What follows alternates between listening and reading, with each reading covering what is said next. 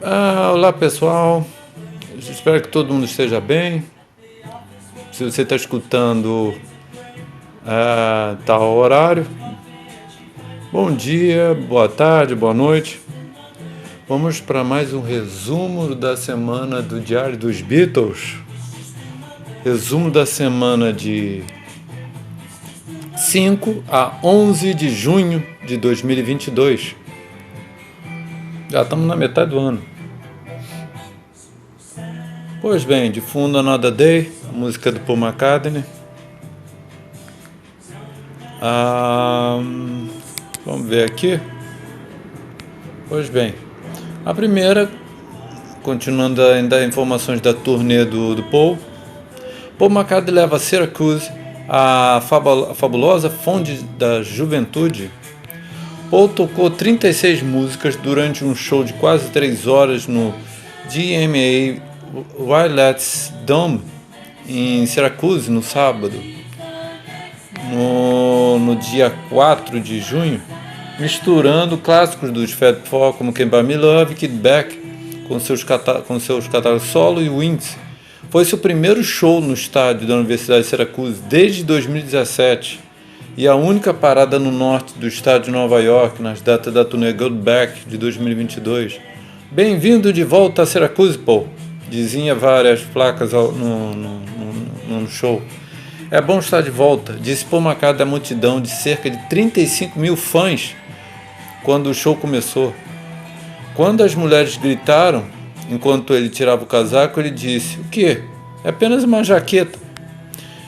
"Diga-me, quantas pessoas aqui dessa noite são realmente de Syracuse?" perguntou Paul à multidão durante o show. Menos da metade do público levantou a mão. "Quantas pessoas não são de Syracuse?" ele perguntou. Quase todo do público começou a assoviar e acenar para o palco. As pessoas ficaram de pé durante todo o show, algumas segurando cartazes, telefone, câmeras e algumas balançando com ritmo. "Chamei meu filho de Paul." Paul McCartney leu um dos cartazes à plateia e ele respondeu: "Diga oi para o Paul por mim." Ao longo do show, Paul McCartney tocou músicas que vão desde clássicos dos Beatles como Blackbird e Let It Be até seus singles pessoais como Fire. O público transformou o dome em uma galáxia, nas palavras de Paul McCartney, balançando seus celulares ao som das melodias. Tá lá o setlist, 2 vídeos, né? Um vídeo do show e o outro é ele saindo assim, antes de entrar no ônibus, e o pessoal vibrando. Legal esse vídeo. Fotos e tal. Outra matéria, agora sobre George Harrison. George Harrison escreveu a Waiting on You All quando estava escovando os dentes. A inspiração vem de cada maneira assim que a gente nem imagina. Em 1970, George Harrison entrou no estúdio com toneladas de músicas para escolher para música para o seu primeiro álbum solo, Of Think My Past. Junto com My Sweet Lord, havia outra música fortemente religiosa no álbum e tem uma história interessante. No documentário de Martin Scorsese, George Harrison, no filme Living Material World, diz que estava escovando os dentes quando de repente essa melodia lhe ocorreu. "Eu estava escovando os dentes e de repente na minha cabeça veio a letra e tal." Como ele, né, traduzindo: "Você não precisa de um babaca, você não precisa de um pam. Tudo que eu tinha que fazer era escolher e pegar o violão e encontrar em que tom estava e preencher as palavras que faltam", disse George sobre a música. A Waiting é uma das muitas das músicas da Think My Past, que é fortemente religiosa, mas é uma das músicas mais liricamente satisfatórias de George Harrison. Ele brinca com as palavras e rimas com letras como "You don't need to love me, you don't need no bad pen." Aí tem vários trechos lá da letra, né, e tal. Traduzindo, por exemplo, né? "Você não precisa de amor, você não precisa de nenhum comadre, você não precisa de um horóscopo microscópico. Eles veem a bagunça em que você está. Se você abrir seu coração, você saberá o que eu quero dizer. Estamos poluídos há tanto tempo. Agora aqui está uma maneira de você ficar limpo. Vou cantar os nomes ao Senhor, nosso Deus, e você estará livre. O Senhor estará esperando em você toda despertar e ver cantar os nomes do Senhor, e você estará livre. O Senhor estará esperando em você toda despertar e ver. Aí tem uma outra parte onde ele fala sobre Jesus. Você não precisa de passaporte, e você não precisa de vistos. Você não precisa designar ou emigrar. Antes que você possa ver Jesus, se você abrir seu coração, você vai ver que Ele está ali. Sempre foi e será. Ele vai aliviá-lo de suas preocupações. George escreveu na autobiografia Alma e Mind sobre a música. Um mantra que é tipo um mantra. Um mantra é uma energia mística encerrada em uma estrutura sonora, e cada mantra contém uma vibração, um certo poder. Eles são construídos a partir de 50 letras do alfabeto sânscrito. Devanagari, linguagem dos deuses, direcionam a mente para a concentração na suprema energia espiritual liberadora dos chakras, do corpo, chakras, locais de armazenamento de energia vital. A maioria dos mantras para japa utiliza muitos nomes de Deus, e o mantra, Mahamantra, foi descrito como um caminho mais fácil e seguro para alcançar a realização de Deus nessa era atual. George disse que estava cansado de esperar que alguém incorporasse cânticos religiosos à música popular. Então é realmente daí que veio a What You Knew All. Por fim, a decisão de George de escrever sobre esses ensinamentos alcançou muitas pessoas. Então eu sei que pelas graças do Senhor que eu sou um pequeno papel na peça cósmica, disse George. Viver no mundo material não poderia ser tão ruim. Sabendo disso, pelo menos. Aí eu comento, né? O nosso espírito sempre agradece quando cantamos louvores a Deus, pois Ele é único. Não é somente o corpo e a mente que precisam de alimentos, como todos os dias, mas a alma principalmente. Bem, outra matéria, de fundo, Let In, música do Wings, Spirit of the Sound, de 76, do Paul McCartney. Há 60 anos, a primeira sessão de gravação de Abbey Road dos Beatles, em 6 de junho de 1962, foi a data da primeira visita histórica dos Beatles em Abbey Road, há 60 anos, no estúdio da EMI, na Abbey Road, St. John Wood. Ocorreu no estúdio 2, das 7 às 10 da noite. Funcionou como uma audição e uma sessão de gravação propriamente dita. Eles primeiro percorreram várias músicas, tem lá um set list, né? Foram várias músicas, e depois gravaram 4. Quer dizer, eles praticamente fizeram um show, né? Ali. Números preciosos de takes são desconhecidos, mas eles foram gravados na seguinte ordem: Bésame Muito, Love Me Do, Pass I Love You e Ask Me Why. Os Beatles não causaram uma impressão muito boa, a não ser visualmente, quero dizer. Não vimos nada sobre a habilidade de composição de John e Paul. Eles tinham pequenos amplificadores e alto-falantes Vox que não criavam muito som na fonte. Claro, todo engenheiro de som quer algum tipo de som na fonte, que ele possa embelezar e melhorar. Mas eu não conseguia nada dos equipamentos dos Beatles, exceto uma carga de ruído e zumbido que vinha do amplificador Paul. É um daqueles que tinha câmeras de eco para adicionar reverberação, e eu tive que invadir a câmera de eco do estúdio 2 para consertá-lo com um som para que pudessem gravar algo na fita, disse Norman Smith, o engenheiro de som da sessão, que seria um engenheiro até Robert Soul. A maior parte da documentação da sessão foi destruída há muito tempo, mas sabemos que foi produzida por George Martin com o assistente Ron Richards, e foi a única sessão da EMI dos Beatles a apresentar Peter Best na bateria. Nos demos a eles uma longa palestra sobre seus equipamentos e o que teria que ser feito para se tornarem artistas de gravação. Eles não responderam uma palavra de volta, nem uma palavra, e eles nem assinaram com a cabeça com concordância. Quando George Martin terminou, disse: olha, eu tenho batido em vocês por um bom tempo e tal, mas vocês não falaram nada. De alguma forma, tem alguma coisa que até agora que vocês não gostaram? Pois bem, George Harrison, cada um olhou um para o outro. George Harrison veio e ficou olhando o George Martin de cima para baixo e disse: bem, para começar, não gosto da sua gravata. Aí, pelos próximos 15, 20 minutos, foi puro entretenimento. George fez aquilo para quebrar o gelo, né? Já que eles estavam nervosos. Exatamente, né? O George, quando saiu, eles ficaram dizendo: ufa, o que você acha disso então? Eu tinha lágrimas correndo pelo meu rosto, disse Norman Smith. Apenas as gravações Besame Muito e Love Me Do sobreviveram até hoje e fazem parte do Anthology, volume 1, lançado em 1994. 95, quer dizer. Ken Towser foi operador de fita na sessão mais tarde. Ele lembrou como os Beatles não conseguiram causar um impacto duradouro. Fizemos esse teste e a fita foi para a biblioteca. E cerca de uma semana depois, Norman Smith me perguntou: Ken, qual é o nome daquele grupo que tivemos na semana passada? Eu tenho que me enviar uma fita para Manchester Square, que é onde fica o escritório, né, da EMI. Eu disse: os Beatles. Quero dizer, ele realmente esqueceu o nome do grupo. Disse Ken Towser. Tem mais informação lá sobre, né, do nome explicando e tal. É bem grande, bem grande.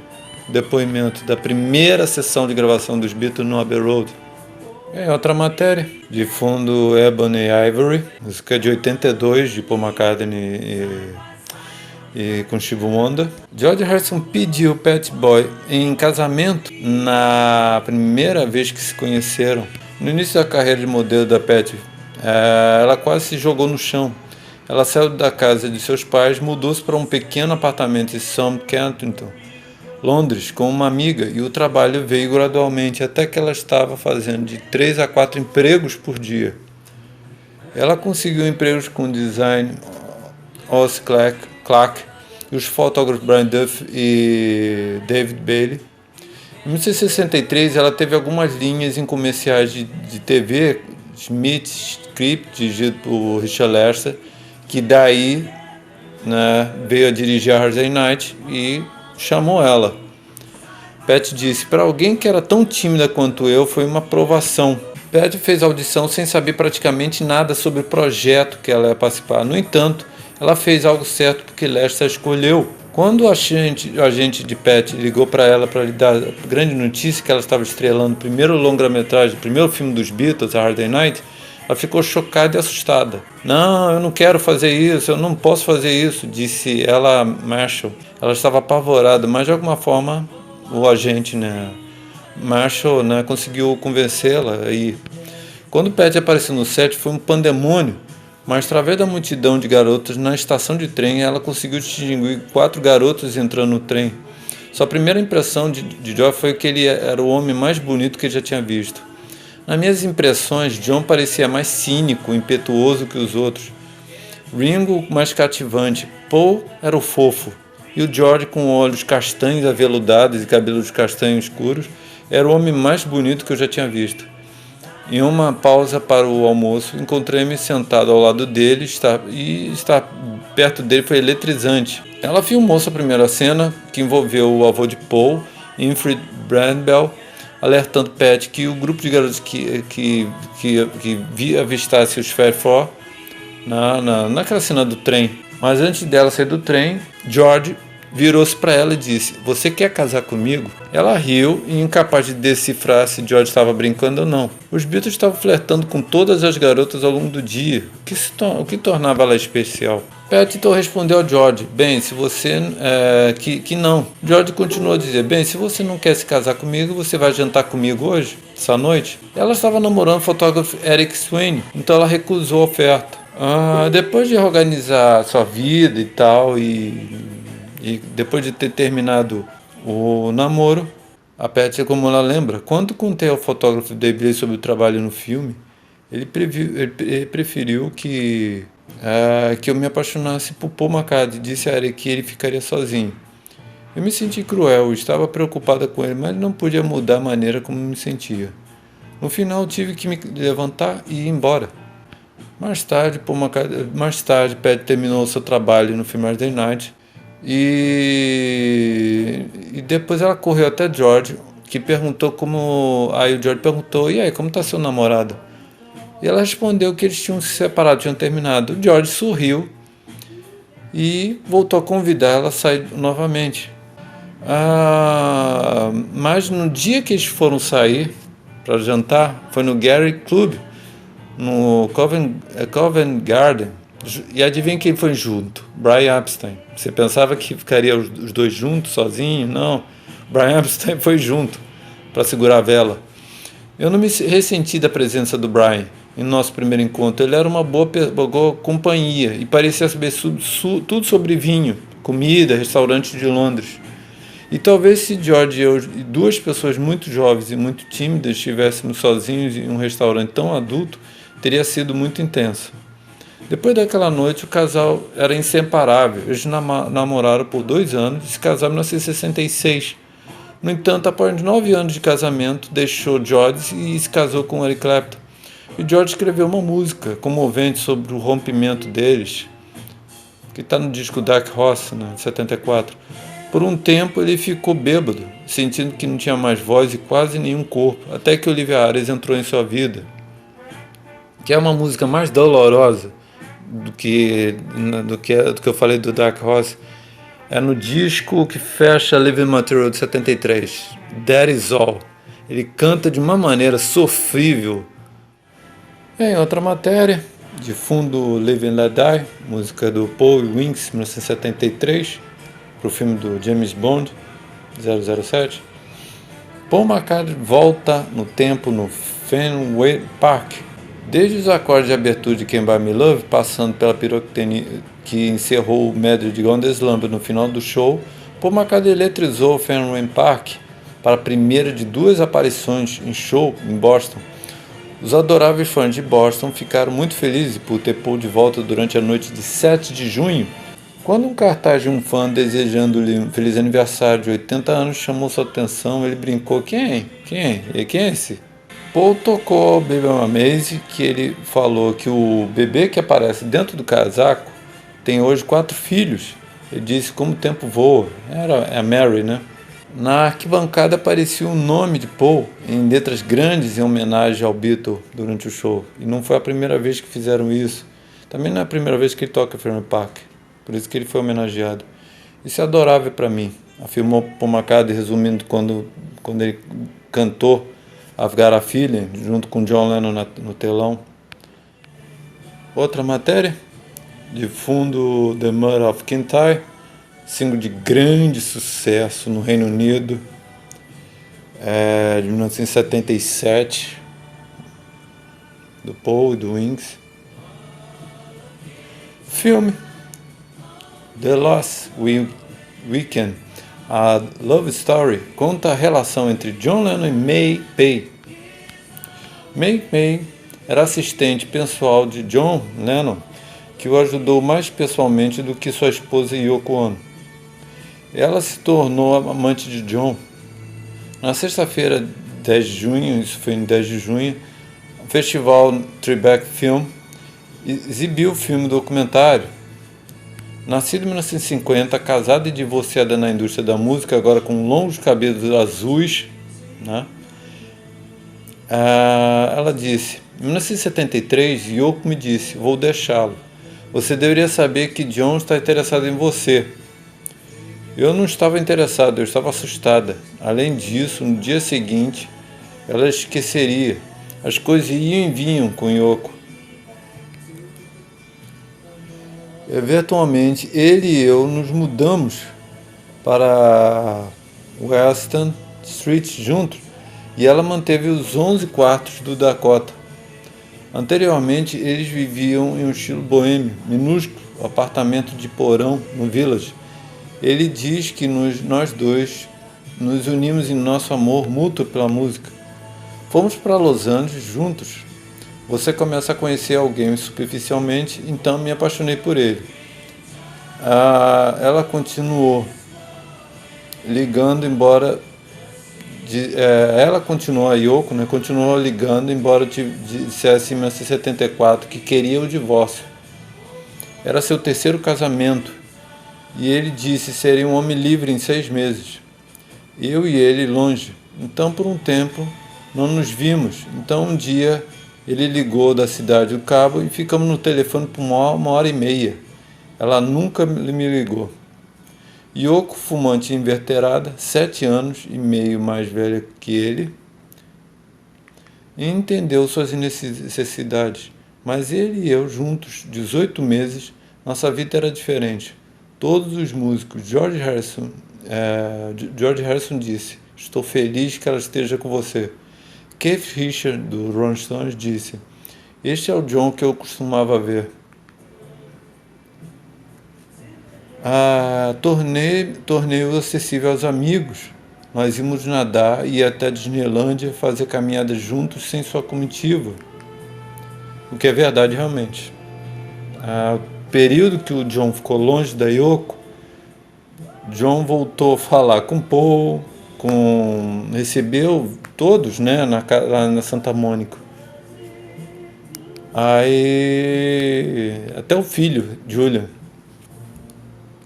A única vez que eu vi a última vez que eu vi foi em 1978. Ele fez um testamento em 1979 e se foi em 1980. Não posso esquecer, mas você tem que deixar para lá. Você só pode tentar viver o momento. Tentei entrar em contato com Yoko, mas não funcionou. Com quase 50 anos de produção, The Lost Weekend, a Love Story explora o impacto do relacionamento de 18 meses entre John Lennon, dos Beatles, e sua assistente chinesa americana May Pei. Com a bênção total de Yoko Ono, o relacionamento de John Lennon e May Pei era amplamente creditado por seu período mais artístico e comercialmente produtivo após os Beatles. Ela também o ajudou a se reconectar com o filho Julian. Através do documentário, May Pegg revisita os anos com Lennon, quando ela tinha 22 anos. Dos diretores Avery Bernstein, Richard Kaufman e Stuart Salmon, o filme estreou no Tribunal Tribeca Film em 10 de junho. Aí tem lá umas fotos, né, do documentário, e lá na parte final tem lá onde você clicar, né, assistir aqui, aí tem lá um pedaço do trailer. Mais uma matéria. O segundo show de Paul McCartney no Fenway Park. Paul McCartney se apresentou mais uma vez no Fenway Park em Boston, com o sol ainda se pondo. Paul subiu ao palco e abriu com Can't Buy Me Love, quer dizer, não mudou, né? No show do dia 7, abriu com Can't Buy Me Love. No dia 8, dia seguinte, abriu também com Can't Buy Me Love. E quase não muda, só muda umas 2 ou 3 músicas. O Beatle fez vários shows no local e recebeu as homenagens vindo das arquibancadas com seu nome, mais uma vez, né, como no dia anterior. Esse segundo show teve uma pequena mudança no setlist. Paul trocou as músicas I've Just Seen a Face pela We Can Work It Out e Neil pela Queen Eye. Além do mais, o segundo show teve uma música a mais, que foi Jet, que ele já não tocava desde 2018 ao vivo. Vários o receberam na porta do estádio ao entrar e sair do ônibus, onde Paul acenava para os fãs. Tá lá o vídeo do show, setlist. Bem, outra matéria, a última. George Harrison diz que seu guru musical era o Ravi Shankar. Em uma entrevista ao International Times, em 1967, George Harrison explicou como Ravi Shankar não era apenas um professor de música, mas também um professor espiritual para ele. Para George, música e espiritualidade estavam muito conectadas. Havia meu guru musical, disse ele, registrado no livro George Harrison on George Harrison. Através da música você alcança o espiritual, mas a música está muito envolvida com o espiritual. JBS, uma referência a uma da tríade sagrada hindu, adorada por membros do movimento Hare Krishna. É tão sintonizado com a cena espiritual, depende do quão espiritual o músico é. Ravi é fantástico, ele apenas senta lá e apenas faz tudo isso e diz tudo isso e aquilo, coisa que você sabe e não pode dizer porque não há palavras e ele não pode dizer assim. Não muito antes dessa entrevista, George tinha ido à Índia, em parte para observar e aprender com Ravi Shankar. O Beatle tinha grande respeito pelos músicos indianos que conheceu enquanto estava lá. Havia esses músicos, são todos alunos avançados de Ravi, e ele estava dando uma lição a eles, disse George Harrison. Nós estávamos lá apenas para assistir um pouco. Ele sentou meio e cantou, e todos o seguiram, e passaram cerca de 2 horas e meia, improvisando tudo. E ele estava cantando que estava bem distante. Todas essas pessoas tocando me nocautearam, foi ótimo, mas eles eram tão humildes e diziam que é um prazer conhecê-lo, o que foi horrível porque eu estava tentando ser humilde lá.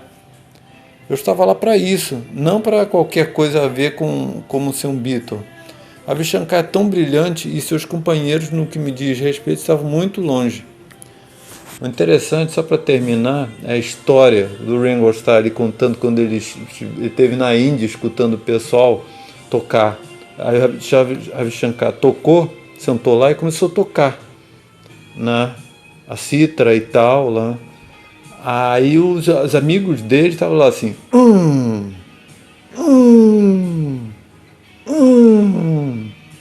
Aí o Ringo Starr pensava assim, nossa, deve estar horrível para os caras fazendo esses gestos, né? Resmungando. Aí o Ringo explicou que os indianos explicaram que ele estava fazendo assim, tipo assim, nossa, caramba, isso é demais. Só o Ringo mesmo para contar essas histórias. Bem, é isso aí.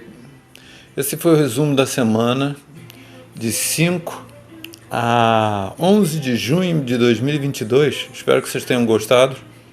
Aqui vou terminando ao som no fundo de Once Upon a Long Ago, música de 1987 do Paul McCartney. A gente se vê na próxima, ok? Abraços a todos, valeu, tchau!